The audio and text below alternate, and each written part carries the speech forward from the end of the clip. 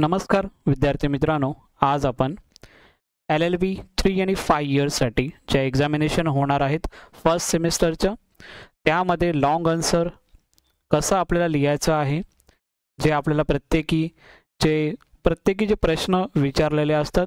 एक प्रश्न जर आपण बघितलं तर लॉंग आन्सर 13 मार्क्ससाठी असतो, तर त्याचे आन्सर कसं लिहायचं आहे ते आपण या व्हिडिओमध्ये बघणार आहोत. सेकंड, कोणते पॉइंट्स आपल्या आन्सरमध्ये असले पाहिजे आहेत जेणेकरून तिकडे आपल्याला मार्क्स जास्त भेटू शकतात. आणि आपल्या आन्सरमध्ये जो आपण लॉंग आन्सर लिहिणार आहोत त्यामध्ये काय असलं पाहिजे, ते इंट्रोडक्शन असलं पाहिजे का, डेफिनेशन असले पाहिजे का, मीनिंग असलं पाहिजे का, आणि काही केस लॉज असतात तर ते केस लॉज पण तुमच्या आन्सरमध्ये लिहिणं महत्त्वाचं आहे का, याचं पण आपण या व्हिडिओमध्ये इन्फॉर्मेशन इन डिटेल तुम्हाला मी देणार आहे.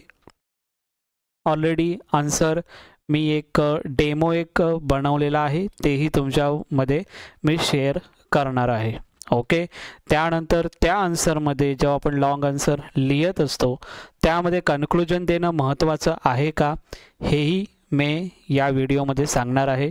आणि आपल्याला मार्क्स जर चांगले पाहिजे असेल तर काय करावं लागेल याची संपूर्ण इन्फॉर्मेशन आपण या व्हिडिओमध्ये घेणार आहोत. तरी कृपया संपूर्ण व्हिडिओ पहा, जेणेकरून तुमच्या सर्व प्रश्नांची उत्तरे या व्हिडिओमधून तुम्हाला भेटून जाईल.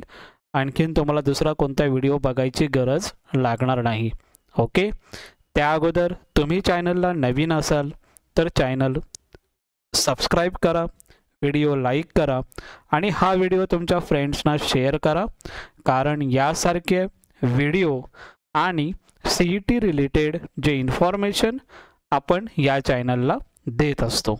ओके, तर आपलं जे टॉपिक आहे how to answer writing in LLB exam, जे आपली फर्स्ट सेमिस्टर असणार आहे जानेवारीमध्ये, त्यासाठी कसं आपल्याला आन्सर रायटिंग करायचं आहे ते तुम्हाला मी आता सांगतो.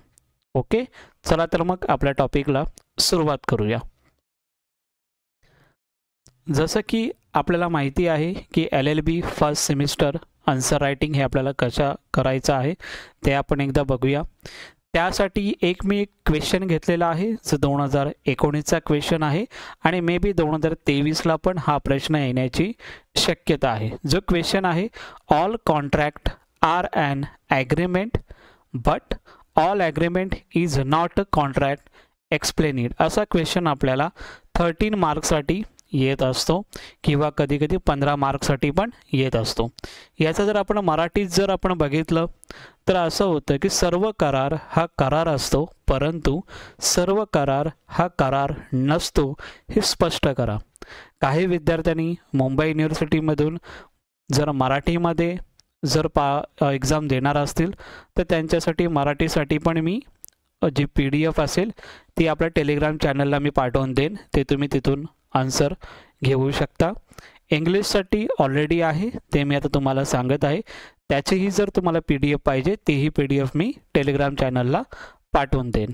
ओके, आता हा क्वेश्चन आपल्याकडे आहे, तर हा क्वेश्चनला आपण कसं टॅकल केलं पाहिजे, या क्वेश्चनमध्ये कोणकोणते पॉईंट्स आपल्या आन्सर शीटमध्ये असले तर आपल्याला पूर्ण मार्क्स, आउट ऑफ मार्क्स भेटू शकतात, ते आता आपण बघूया.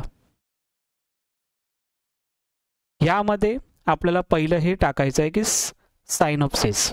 ओके, आता सायनॉप्सिस म्हणजे काय, तो टोटल जो आपण आन्सर लिहिणार आहोत त्याचा सारांश कसा असणार आहे, म्हणजे त्याची जी आपण मांडणी करणार आहोत ते कशा पद्धतीने करणार आहोत, तर त्या आन्सरमध्ये आपल्याला काय असलं पाहिजे आता ते तुम्हाला मी सांगतो. पहिलं म्हणजे त्यामध्ये तुमचं इंट्रोडक्शन पाहिजे. जो आपल्याला क्वेश्चन विचारलेला आहे त्याचं आपल्याला इंट्रोडक्शन, त्याचं आपल्याला हिस्टॉरिकल थोडंसं बॅकग्राऊंड माहिती असणं गरजेचं आहे. इंट्रोडक्शन आपल्याला यामध्ये पाहिजे.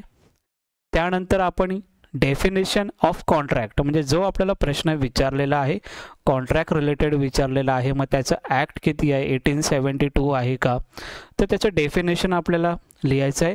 आणि जे बेअर ॲक्ट्समध्ये जी डेफिनेशन असते तीच डेफिनेशन तुम्हाला लिहायची आहे, कारण यामध्ये डेफिनेशन ऑफ कॉन्ट्रॅक्ट हा प्रश्न पण तुम्हाला 2 मार्कासाठी येऊ शकतो. तर प्रॉपर डेफिनेशन लिहिणंही तुम्हाला गरजेचं आहे लॉंग आन्सरसाठी. त्यानंतर डेफिनेशन ऑफ ॲग्रीमेंट, आणि हा पण तुम्हाला त्यामध्ये पॉईंट, कारण की कॉन्ट्रॅक्टचा प्रश्न आहे, तर कॉन्ट्रॅक्टच्या प्रश्नामध्ये तुम्हाला डेफिनेशन ही ॲग्रीमेंट, कारण कॉन्ट्रॅक्ट कोणता जर झाला असेल तर त्याच्यासाठी ॲग्रीमेंट तर झाला असणार आहे. ओके, तर त्यासाठी डेफिनेशन ही ॲग्रीमेंटची पण आपल्याला लिहावं लागणार आहे. हे कसं लिहायचं आहे, कोणत्या पद्धतीने लिहायचं आहे ते तुम्हाला मी सांगतच आहे. फक्त पूर्ण व्हिडिओ पहा, तरच तुमचे सर्व डाऊट्स क्लिअर होतील. हे 1 बाय 1 तुम्हाला मी इंट्रोडक्शन काय लिहायचं आहे, कुठपर्यंत तुम्हाला लिहायचं आहे, डेफिनेशन कोणत्यापर्यंत लिहायचं आहे, ते सर्व गोष्टी मी सांगितलेल्या आहेत पुढे. त्यानंतर नेक्स्ट जे असणार आहेत की काही ॲग्रीमेंट्स असतील, काही कॉन्ट्रॅक्ट्स असतील, तर त्याचे काय टाईप्स वगैरे आहेत का, त्याचे काय फीचर्स आहेत का, त्याचे कॅरेक्टरिस्टिक आहेत का, ते आपल्याला बघणं इम्पॉर्टंट आहे. तर यामध्ये जर आपण बघितलं की व्हॉट ॲग्रीमेंट आर कॉन्ट्रॅक्ट, त्यामध्ये कोणते आहेत का टाईप्स, तर यामध्ये पहिला जो टाईप आपल्याला भेटतो की लॉफुल कन्सिडरेशन. सेकंड जो आपल्याला भेटतो parties must be competent. Third जो आपल्याला भेटतो की the consent free and genuine. चौथा जो आहे लॉफुल ऑब्जेक्ट आहे. फिफ्थ आहे आपल्याकडे agreement not declare to be void. Sixth आहे जो agreement intention to create a legal relationship. 7 आहे लीगल फॉर्मॅलिटीज. आणि एवढे हे पॉईंट आपल्या इकडे ॲग्रीमेंटच्या रिलेटेड आपल्याला, कॉन्ट्रॅक्ट रिलेटेड आपल्याला एवढे पॉईंट आपल्याला भेटलेले आहेत, ते आपण त्यामध्ये लिहिणं खूप महत्त्वाचं आहे. आणि नंतरला जो पॉईंट असेल तुमचा, लास्ट जो पॉईंट असेल तो कन्क्लुजन. त्यानंतर तुम्हाला कन्क्लुजन देणं तेवढंच इम्पॉर्टंट आहे. ज्या आन्सर आपण इंट्रोडक्शनपासून स्टार्ट करतो आहे तर त्याचं निष्कर्ष काय निघेल, त्याचं कन्क्लुजन काय निघेल, हे लिहिणंही तेवढंच महत्त्वाचं आहे. असं तुम्हाला आन्सर रायटिंग करायचं आहे. आता मी जो आन्सर रायटिंग जे केलेलं आहे ते तुम्हाला दाखवतो की कशा पद्धतीने तुम्हाला करायचं आहे ते. ओके, आता यामध्ये आपण घेतलेलं आहे की how to write answer in practical. आता प्रॅक्टिकल वेने तुम्हाला मी सांगतो की यामध्ये कसं करायचं आहे. आता जर आपण इंट्रोडक्शन जर पहिलं आपण लिहिलं आन्सर शीटमध्ये इंट्रोडक्शन, ते इंट्रोडक्शन केवढं असलं पाहिजे, तर व्हॅलिड ऑथर असलं पाहिजे त्याच्यामध्ये, आणि व्हॅलिड ऑथरचं नाव पण आपल्याला लिहिता आलं पाहिजे त्यामध्ये. ओके, तर आता इंट्रोडक्शन जर कॉन्ट्रॅक्ट जर बघितलं तर यामध्ये आपल्याला दिलेलं आहे की अकॉर्डिंग टू सॅल्मन, म्हणजे इथं ऑथर दिलेला आहे.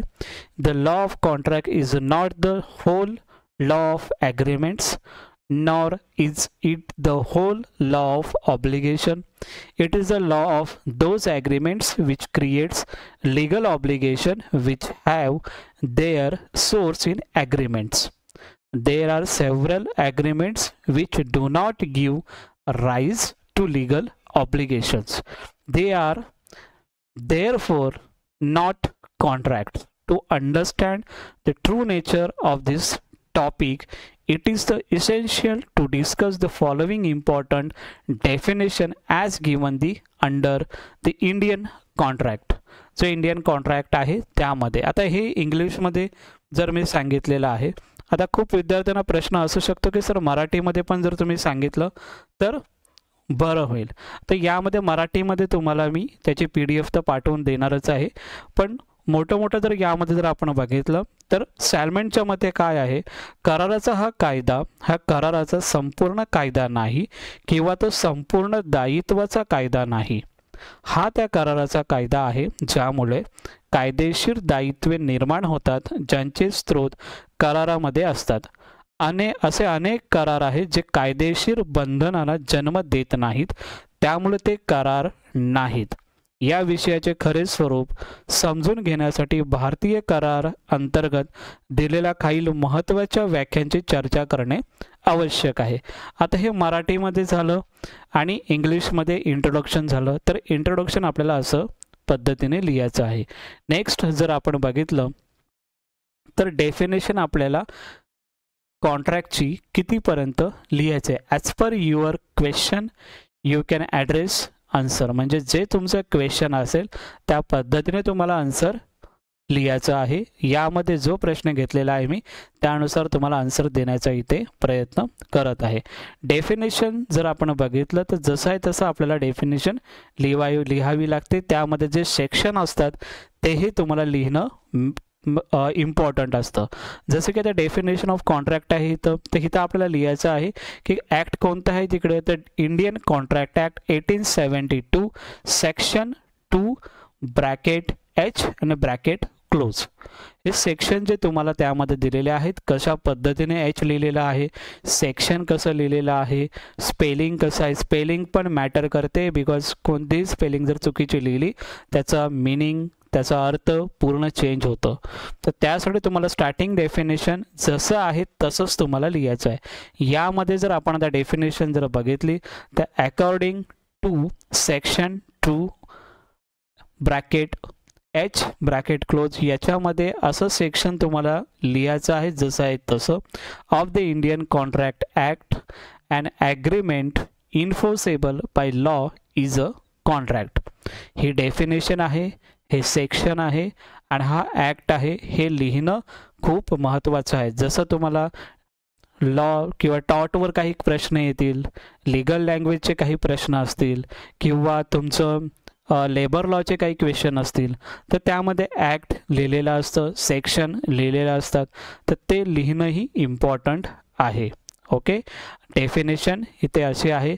मराठीमध्ये जे डेफिनेशन मी सांगत आहे की भारतीय करार कायद्याच्या कलम 2H नुसार कायद्याद्वारे लागू करण्यायोग्य करार हा एक करार आहे. ओके, तर ही डेफिनेशन झाली आपली कॉन्ट्रॅक्टची. आणि मराठीमध्ये जे आहे ते तुम्हाला मी पाठवतो. सध्या इंग्लिशमध्ये आपण बघूया की इंग्लिशमध्ये आपण सांगूया, जेणेकरून नाहीतर व्हिडिओ खूप लेंदी होऊ शकते. ओके, नेक्स्ट बघूया डेफिनेशन ऑफ ॲग्रीमेंट. आता ॲग्रीमेंटमध्ये काय आहे डेफिनेशन, तर according to section 2 every promise and every set of promises forming the consideration for each other is an agreement. याच्यामध्ये जर आपण मराठीमध्ये जर बघायला गेलं तर कलम 2 नुसार प्रत्येक वचन आणि वचनाचा प्रत्येक संच एकमेकांचा विचार करून एक करार आहे. ओके, कारण एव्हरी प्रॉमिसेस आणि every set of promises forming the consideration for each and other is an agreement. तर हे डेफिनेशन आहे आणि एवढी डेफिनेशन तुम्हाला लिहायची आहे. जर 2 मार्कासाठी डेफिनेशन ऑफ ॲग्रीमेंट आलं तर एवढंच तुम्हाला लिहायचं आहे. डेफिनेशन ऑफ कॉन्ट्रॅक्ट 2 मार्कासाठी आलं तर तुम्हाला एवढंच लिहायचं आहे आणि तुम्हाला तिथे 2 मार्क्स भेटू शकतात. पण तुम्हाला लॉंग आन्सर लिहायचं असतं त्यावेळी तुम्हाला हे सर्व गोष्टी लिहिणं गरजेचं आहे. ठीक आहे, त्यानंतर आपण बघूया की जे सेक्शन 10 मध्ये जे ॲग्रीमेंट्स आहेत, what are the agreements are contract, त्याचं आपल्याला 1 बाय 1 जर आपण बघितलं तर यामध्ये तुम्हाला सेक्शन जे याचं मिनिंग आहे हे तुम्हाला लिहिणं गरजेचं आहे. अकॉर्डिंग टू सेक्शन 10 नुसार all agreements are contracts if they are made by the free consent of the parties competent to contract for a lawful consideration with a lawful object and are not hereby expressly declared to be void. Okay, हे लिहिलेलं आहे, तुम्ही एकदा वाचून घ्या. यामध्ये तुम्हाला जे पॉईंट्स आहेत, जे फ्युचर्स आहेत, याचं तुम्हाला जर सेक्शन असेल तर सेक्शन लिहायचं आहे. मिनिंग डेफिनेशन असेल तर डेफिनेशन तुम्हाला यामध्ये लिहायचं आहे. त्यानंतर तुम्हाला याचे पॉईंट्स 1 बाय 1 तुम्हाला सांगायचे आहेत. जसं की आता लॉफुल कन्सिडरेशन यामध्ये आहे. पण लॉफुल कन्सिडरेशन म्हणजे काय, तर आपण जर मराठीमध्ये बघितलं, विचार केला तर कायदेशीर विचार. मग याचं लॉफुल कन्सिडरेशनमध्ये आपल्याला काय येतं, तर याचं आपल्याला पूर्ण इन्फॉर्मेशन द्यायची आहे, मिनिंग लिहायचं आहे की लॉफुल कन्सिडरेशन म्हणजे काय. आणि इम्पॉर्टंट थिंग यामध्ये अशी आहे की यामध्ये आपल्याला केस पण आपल्याला सांगायची आहे. ओके, ही जी केस जी दिलेली आहे यामध्ये इन थॉमस 1842 114 ER 330. तर हे जी केस आहे ही केस लिहिणं, लॉ ऑफ कन्सिडरेशनमध्ये कोणत्या केसेस येतात त्या तुम्हाला लिहिणं महत्त्वाचं आहे. जर बुक्समध्ये जर दिल्या असेल तर त्या बुक्समध्ये जशी असेल तुम्हाला ती केस लॉ तुम्हाला लिहिणं गरजेचं आहे, त्याच्यासाठी पण मार्क्स आहेत. असे टोटल जर तुम्ही केस लॉ पण लिहिलं, त्याचं मिनिंग पण लिहिलं, तर तुम्हाला यामध्ये आउट ऑफ मार्क्स भेटू शकतात. आणि ती केस कशाबाबत होती? समजा आता इथे केस आहे, अ house was given on rent of payment annual rent of £1. The court held that promise to pay rent of £1 is enforceable. Consideration may be inadequate, but it must have some value in the eye of law. तर याची जी केस असेल तर या केसचं normal त्याचं सार काय आहे, important काय आहे, यामध्ये त्या जजमेंटमध्ये काय दिलेलं आहे हे लिहिणं तुम्हाला इम्पॉर्टंट आहे. ठीक आहे, म्हणजे केस लॉ लिहिणं पण यामध्ये इम्पॉर्टंट आहे. सेकंड तुम्हाला ते आहे की parties must be competent to contract, यामध्ये पण तुम्हाला सेक्शन लिहायचं आहे. त्यानंतर तुमचं इंडियन कॉन्ट्रॅक्ट ॲक्ट आहे 1872 ते लिहायचं आहे. आणि यामध्ये मी तुम्हाला केस पण दिलेली आहे की Mohori Bibee was Dharmodas Ghose 1903 year 30 IA 114 page number तिकडचं असणार आहे की the court held that minor is incompetent to contract, so agreement made with minor is void ab initio. Void ab initio म्हणजे काय, यामध्ये सर्व खूप प्रॉब्लेम असतं की वॉइड ऑफ इनिशियो माहिती पडत नाही. In such agreement cannot be enforce by the courts. Void of initio म्हणजे जर कोण व्यक्ती असेल आणि मायनरमध्ये जर कोण येत असेल पर्सन 18च्या खालती, त्यामध्ये कॉन्ट्रॅक्ट होऊ शकत नाही, तर तो तुमचा कॉन्ट्रॅक्ट इनव्हॅलिड होणार आहे. ठीक आहे, तर याच्यामध्ये केसेस तुम्हाला देणं खूप महत्त्वाचं आहे. केसेस जर तुम्ही नाही दिलं तर त्यामध्ये तुमचे मार्क्स थोडेफार कमी तिकडे होऊ शकतात.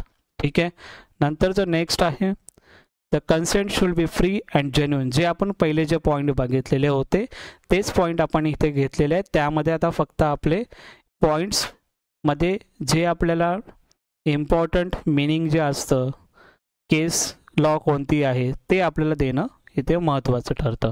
जसं की the consent should be free and genuine, यामध्ये पण तुम्हाला केस लॉ दिलेले आहे मी की चिकचम अमीर राजू वॉज सेशम्मा 1970 ही केस आहे. तर या केसमध्ये जजमेंट काय होतं हे तुम्हाला सार त्याचं लिहिणं खूप गरजेचं आहे. अशा पद्धतीने तुम्हाला आन्सर तुम्हाला लिहायचं आहे, जेणेकरून तुम्हाला यामध्ये आउट ऑफ मार्क पडू शकतात. फोर्थ आहे की लॉफुल ऑब्जेक्ट आहे. लॉफुल ऑब्जेक्ट जर आपण सेक्शन 23 जर मराठीमध्ये जर बघितलं तर कायदेशीर वस्तू. ठीक आहे, आता यामध्ये जे इम्पॉर्टन्स आहे for the information valid contract the parties must contract, म्हणजे लॉफुल ऑब्जेक्ट यामध्ये तुम्हाला जर समजलं तर तुम्ही चांगल्या पद्धतीने आन्सर तुम्ही यामध्ये लिहू शकता. ओके, नंतरला पाचवा जो ॲग्रीमेंट आहे की ॲग्रीमेंट नॉट डिक्लेअर वाईड, यामध्ये त्याचे पॉईंट्स लिहायचे आहेत तुम्हाला जे तुमच्या लक्षात येत आहेत तेवढे. आणि त्यामध्ये केस लॉ लिहिणं खूप महत्त्वाचं आहे. तुम्ही थोडेसे पॉईंट त्यामध्ये लिहिलं, त्यानंतर केस लॉ दिलं आणि केस लॉ कशा बाबतीत होती तेवढं जरी लिहिलं तरी तुम्हाला चांगले मार्क्स त्यामध्ये भेटू शकतात. ठीक आहे, नंतरला जो नेक्स्ट पॉईंट आहे सेकंड लास्ट की intention to create a legal relationship, यामध्ये जर थोडं आपलं जे लक्षात येतं की काय यामध्ये आपल्याला बघायला भेटतं की intention to create a legal relationship, तर यामध्ये काय पॉईंट्स आपल्याला लक्षात येणार आहेत ते तुम्हाला यामध्ये लिहायचे आहेत. त्यानंतर लिगल फॉर्मॅलिटीज जर आपण बघितलं तर लिगल फॉर्मॅलिटीज यामध्ये तुम्हाला कायदेशीर औपचारिकता काय आहे, म्हणजे the contract enter by the parties may be express in the writing or merely by words spoken, म्हणजे कायदेशीर जे म्हणजे पक्षाने जे केलेला करार लिखित स्वरूपाचा किंवा केवळ बोललेल्या शब्दाद्वारे व्यक्त केला जाऊ शकतो. तर असं काही लिगल फॉर्मॅलिटीज आहे ते तुम्हाला देणं ते तुमच्या लक्षात असणं गरजेचं आहे की लिगल फॉर्मॅलिटीज म्हणजे काय, तर तुम्ही तो आन्सर तुम्ही प्रॉपर पद्धतीने लिहू शकता. नंतरला तुम्हाला कन्क्लुजन यामध्ये द्यायचं आहे. तर कन्क्लुजन यामध्ये मी देण्याचा इथं प्रयत्न केला की पूर्ण सार जे आपण आन्सर जे लिहिलेलं आहे त्याचं निष्कर्ष काय आहे.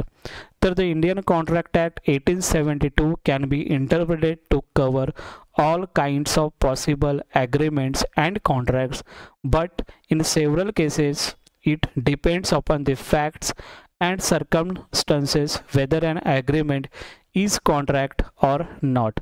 म्हणजे जर मराठीमध्ये जर आपण यामध्ये सांगायला घेतलं तर भारतीय जो करार आहे, जो ॲक्ट आहे 1872 नुसार सर्व प्रकारचे संभाव्य करार आणि करार समाविष्ट करण्यासाठी अर्थ लावला जाऊ शकतो, परंतु अनेक प्रकरणामध्ये करार हा करार आहे की नाही हे तथ्य आणि परिस्थितीवर अवलंबून असते. थोडक्यात जर आपण यामध्ये जर बघितलं तर कायदेशीररित्या अंमलात आणणारे सर्व करार होतात. यावरून असा निष्कर्ष निघतो की असे करार असू शकतात जे करार नाहीत, परंतु असे कोणतेही करार असू शकत नाही जे करार नाहीत.